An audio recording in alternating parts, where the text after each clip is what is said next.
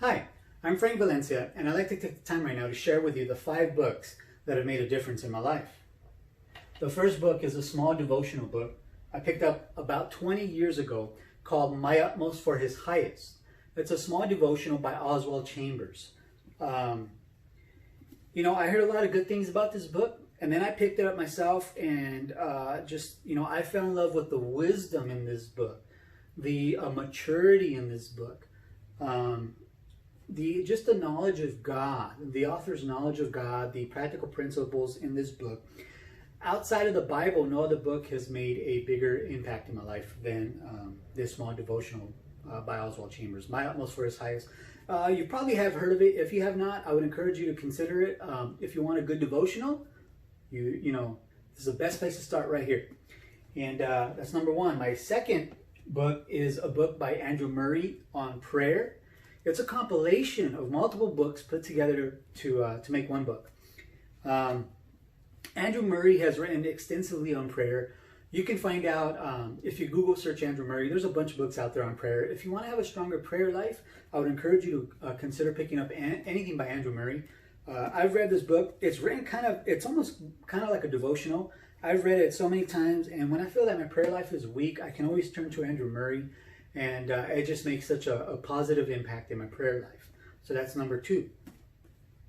Number three is a book by John MacArthur. I've read a lot of books by John MacArthur, and they're all great. But there's one book that I have to give credit to. There's one book that has made the biggest difference in my life, and it's a book on leadership called To Lead. Okay, the subtitle says 26 Leadership Lessons from the Life of the Apostle Paul. It's a book that is based on the shipwreck in the book of Acts when Paul was involved in a shipwreck and the people he was with were afraid.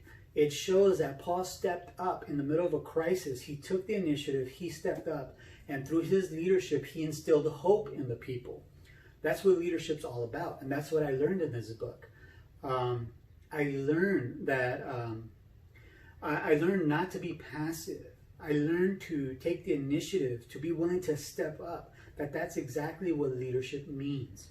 And I picked up this book when I was promoted to be a manager, probably about 15 years ago. I lacked a lot of confidence, I had insecurities, and I just did not manage very well because I was way too passive. So that book helped me a lot to step up, to do my job, and to do it right. And so if you want a good book on leadership, John MacArthur, Called to Lead, that is the one that I would recommend. That's the one that has made a tremendous difference in my life. The 4th book is a book, it's more theological and less practical, but it's very important because it informs the practice. Okay, so it's a book on the attributes of God by Arthur W. Pink, called The Nature of God. And so it's just so theological, but it makes a difference. It made a difference in my own prayer life as well. It gave me a certain knowledge, a certain understanding of God, who God is, what pleases God, what displeases God, essentially God's sovereignty, God's mercy, God's compassion. All these different attributes, it's just put together here in this book. It's pretty extensive, not as extensive as other books, but it's not too small. I've used it a lot in my lessons. This is kind of a go-to book for me in terms of God's attributes. And if you really want to have just a much more understanding of who God is, I would encourage you to consider The Nature of God by A.W. Pink. I have to give a lot of credit to that book as well. And so my 5th book, is written by a man who I think might be one of my favorite authors, if not my most favorite. It's a book by Jerry Bridges called The Discipline of Grace. Many years ago, I wanted to improve in my sanctification. I wanted to have a holier walk. I wanted to be a better Christian. I picked up The Discipline of Grace. And this book has helped me tremendously to understand.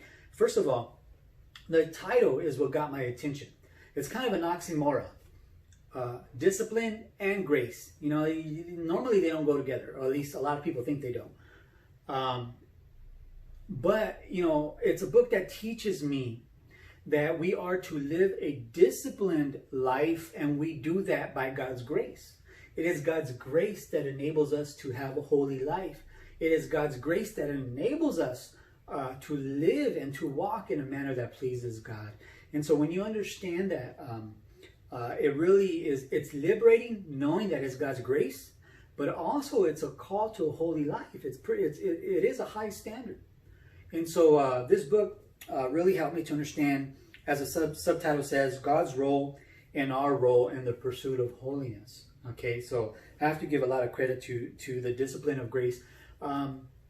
I Google searched right now, I think a couple of days ago. It looks like it might be hard to find this book.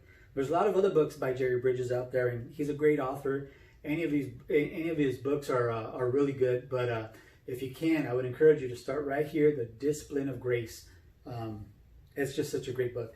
So those are my top 5. During these days of quarantine, I would encourage you to consider reading.